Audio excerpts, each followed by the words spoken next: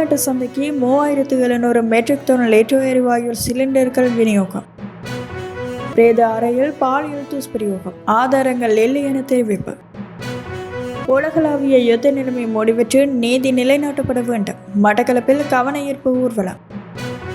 G7 நாடுகளின் திடீர் முடிவால் மசகு எண்ணெய் விலையில் வீழ்ச்சி.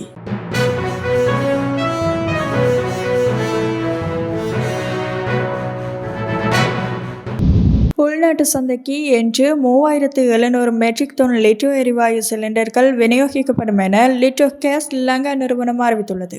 அண்மை காலங்களில் மொத்தம் 7900 மெட்ரிக் டன் எரிவாயு சிலிண்டர்கள் நாட்டுக்கு கொண்டு வரப்பட்டுள்ளதாக லிட்டோ நிறுவனத்தின் தலைவர் சன்ன குணவர்த்தன தெரிவித்துள்ளார். இதுகுறித்து அவர் மேலும் தெரிவிக்கையில், மார்ச் மாதத்துக்காக 38,000 மெட்ரிக் டன் எரிவாயு சிலிண்டர்கள் கோரப்பட்டுள்ளது. கூடுதலாக 30,000 மெட்ரிக் டன் எரிவாயு சிலிண்டர்கள் தற்போது மாலைத்தீவில் சேமித்து வைக்கப்பட்டுள்ளது. கோரப்பட்டுள்ள மற்றொரு கப்பல் 33,000 மெட்ரிக் டன் எரிவாயு சிலிண்டர்களுடன் மார்ச் 17 மாலைத்தீவை வந்தடைய உள்ளது என்றார். இதேவேளை அண்மையில் இலங்கையை வந்தடைந்த கப்பல் மூலம் கொண்டுவரப்பட்ட 3700 மெட்ரிக் டன் எரிவாயு சிலிண்டர்கள் விநியோகிக்கும் பணிகளை தமது நிறுவனம் தற்போது முன்னெடுத்து வருவதாக லேவ்ஸ் கேஸ் நிறுவனத்தின் பிரதம நிறைவேற்று அதிகாரி நலிந்த குருகுலசூரிய தெரிவித்துள்ளார்.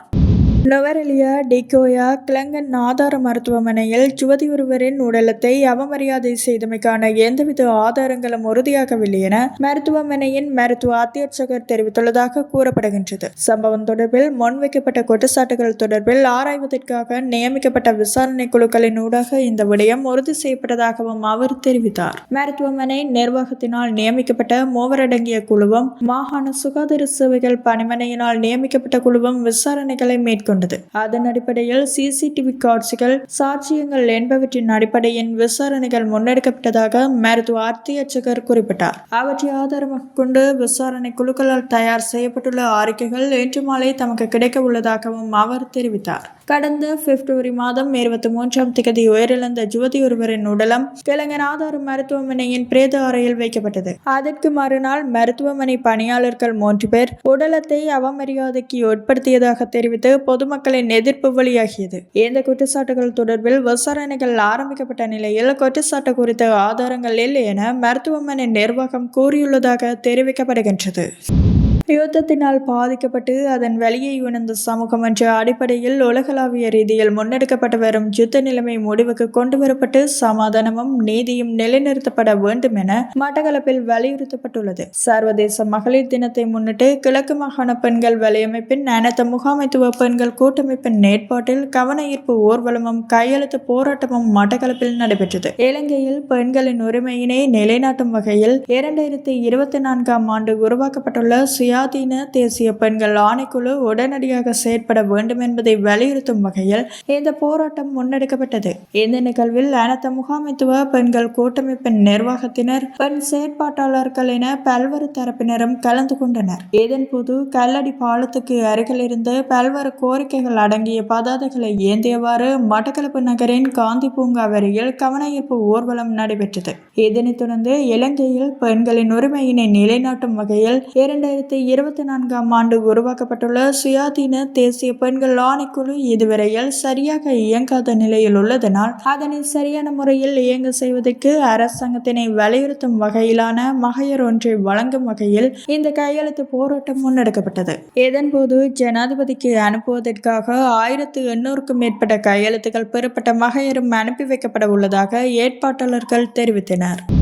உலக சந்தையில் மசகு எண்ணெய் விலை 2022 ஆண்டுக்கு பின்னர் முதன்முறையாக ஒரு பீப்பாய் $100 தாண்டியுள்ளது. இது குறித்து விவாதிக்க G7 நாடுகளின் நிதியமைச்சர்கள் அவசர கூட்டம் ஒன்றை நடத்த உள்ளதாக சர்வதேச ஊடகங்கள் செய்தி வெளியிட்டுள்ளன.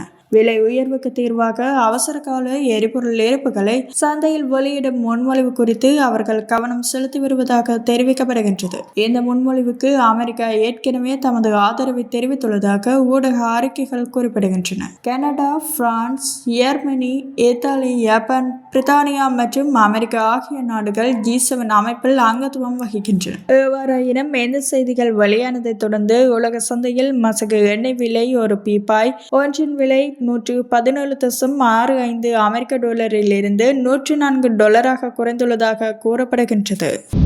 ஈரானின் புதிய அதிபர் தலைவராக மொஸ்தபா கமேனி நியமிக்கப்பட்டது தொடர்பில் சீனாவின் வெளிவிவகார அமைச்சு கருத்து தெரிவித்துள்ளது. இது ஈரானின் உள்நாட்டு விவகாரம் என்று சீனா சுருக்கமாக தெரிவித்துள்ளது. செய்தியாளர் சந்திப்பில் அமைச்சின் செய்தி தொடர்பாளர் குவோ ஜியாகுன் கூறுகையில், இது ஈரானிய அரசியலமைப்பின் அடிப்படையில் அந்த நாட்டு தரப்பால் எடுக்கப்பட்ட ஒரு முடிவாகும் என தெரிவித்தார். சீனாவின் வெளிவிவகார அமைச்சர் வாங் ஜி ஈரானின் இறையாண்மைக்கு மதிப்பளிக்க வேண்டும் என்று நேற்று கோரிக்கை விடுத்ததுடன் அந்த நாட்டின் ஆட்சி முறையை மாற்றியமைக்க முயலும் வெளிப்புற முயற்சிகளுக்கு எதிராக எச்சரிக்கையும் விடுத்தார். இது குறித்து அவர் மேலும் தெரிவித்தது, வண்ண புரட்சியை திட்டமிடுவதோ அல்லது ஆட்சி மாற்றத்தை ஏற்படுத்த முயல்வதோ மக்களிடையே எவ்வித ஆதரவையும் பெறாது. மத்திய கிழக்கின் விவகாரங்களை அந்தந்த பிராந்திய நாடுகளே சுதந்திரமாக தீர்மானிக்க வேண்டும் என அவர் தெரிவித்திருந்தமை குறிப்பிடத்தக்கது.